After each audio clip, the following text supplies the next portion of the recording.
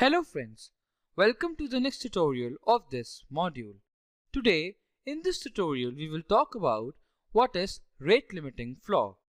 So, this is a flaw which doesn't limit the number of attempts you make on a website server to extract some data. Rate limiting is used to control the amount of incoming and outgoing traffic to or from a network. For example, let's say you are using a particular service's API that is configured to allow 100 requests per minute, but if the number of requests you make exceeds that limit, then an error will be triggered. So there are basically three types of rate limiting methods that can be implemented. So first one is user rate limiting. It is one of the most popular type of rate limiting flaw. This associates the number of requests that a user is making to their API key or IP.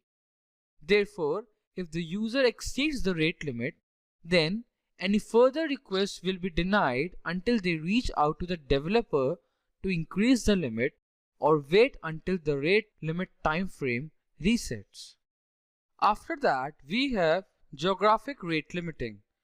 To further increase security in certain regions, developers can set rate limit for particular regions and particular time periods.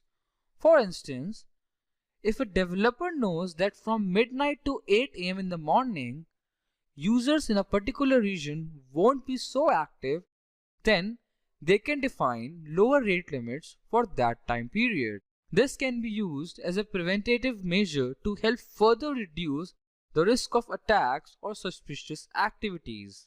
By doing this, those nocturnal attackers or hackers won't be able to implement rate limiting flaw in the website, as geographic rate limiting flaw has further increased the security. After that comes server rate limiting. If a developer has defined certain servers to handle different aspects of their application, then they can define a rate limit on a server level basis. This gives developer the freedom to decrease traffic limits on server A while increasing it on server B, or many more. So that's all for today. Thank you for watching this tutorial.